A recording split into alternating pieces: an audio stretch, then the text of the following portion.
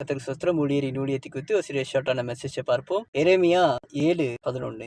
நாமம் தரிக்கப்பட்ட இந்த ஆலயம் உங்கள் பார்வைக்கு கள்ள குகையாயிற்றோ, இதோ நானும் இதை கண்டேன் என்று கர்த்தர் சொல்கிறார். இன்னைக்கு என்னத்தை வச்சு பார்க்க போனா, கள்ள குகையாயிட்டதோ.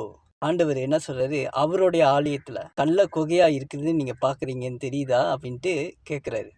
அப்ப கள்ள குகைன்னு சொல்லும்போது அவரோட ஆலயம் பொல்லாப்ப செய்கிறோம். எப்படி ஒரு திருட்டு ஜாமாவை எடுத்து வந்து குகையில ஒளிவிக்கிற மாதிரி தேவனுடைய சமூகத்துல வரும்போது நம்ம பாவம் செஞ்சிருப்போம். தேவனுக்கு எப்படிப்பட்ட இருக்கான், கள்ள குகையா இருக்கான். அப்ப இன்னைக்கு கள்ள குகை இல்லாதபடி நம்ம கர்த்தருக்கு பிரியமாய் மாற்றணும். புதிய ஏற்பாடுல நீங்க பாத்தீங்கன்னா இயேசு கிறிஸ்து தேவாலயத்துல வந்து அந்த புறா விற்கிறதும் காசுக்காரங்களும் என்ன செய்யறாரு, விரட்டுறாரு. ஏன்னா தேவாலயத்திலே விற்கிறாங்க. அது வந்து புறம்பா இருக்கணும்.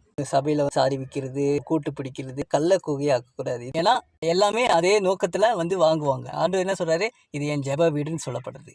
அப்ப இன்னைக்கு நம்ம யாரை குறிச்சு பார்க்க போறோம்னா, அப்போஸ்தலர் புத்தகத்துல 13வது அதிகாரத்துல நீங்க படிச்சீங்கன்னா உங்களுக்கு தெரியும். அங்க அதிபதி எலிமா, பவுல், பர்னபா இருப்பாங்க. எலிமா நீதியை புரட்டுறவன், அப்படின்னா கள்ள தீர்க்கதரிசி, அவன் மாய வித்தக்காரன். அதிபதி பக்கத்துல இருக்கிறவன். அந்த அதிபதி ஒரு காரியத்தை செய்யறாரு. பவுலையும் பர்னபாவை கூப்பிட்டு, நீங்க வந்து எனக்கு வசனத்தை சொல்லுங்க. அவன் ஆசையா இருந்தான் அது கேட்க. இன்னைக்கு நம்ம ஆசை தேவனுடைய வசனத்தின் மேல ஆசையா இருந்தோமானா, இந்த மாய வித்தக்காரன் கள்ள குகையெல்லாம் விரட்டப்படும். அப்ப பவுலு அவனை கடிஞ்சு கொள்றாரு, நீதிக்கு பகைஞன்னு சொல்லி அவனையும் ஒழுங்குபடுத்துறாரு. அந்த அதிபதி வசனத்தை விசுவாசிச்சா தேவனை நம்பினான். இன்னைக்கு அநேக நேரத்துல மாயை வித்தை அப்படின்னா, நம்ம வீட்டுல வந்து படம் பார்க்குறோம். பிள்ளைங்க மனசுக்குள்ள மாயையை கொண்டு வந்து கள்ள குகையாக்கிறது, காதல் பண்றது எப்படி, சண்டை போடுறது எப்படி, இது அப்படியே நீங்க பாத்தீங்கன்னா உங்க ஸ்கூல்ல போய் செய்வாங்க, வேலை இடத்துலயும் போய் செய்வாங்க. இதெல்லாம் கள்ள குகையா ஆயிருது. அப்ப வீட்டுல இருக்கிற மனைவி சீரியலை பார்த்து குடும்பத்தை சண்டை எப்படி கலப்புறது, இதெல்லாம் பார்க்கும்போது நம்மளுக்குள்ளாக பாருங்க ஒரு சமாதானம் இல்லை. நம்மளுக்கு இன்னைக்கு எல்லாம் சமாதானம் வேணும்.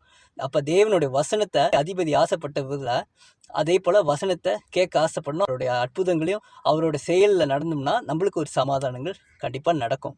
அப்ப நம்ம கள்ள குகையை ஆக்கக்கூடாது. தேவனுக்கு இதுதான் பிடிக்காத ஒரு காரியம். நம்ம இருதயங்கள் சுத்தமா ஆகட்டும்.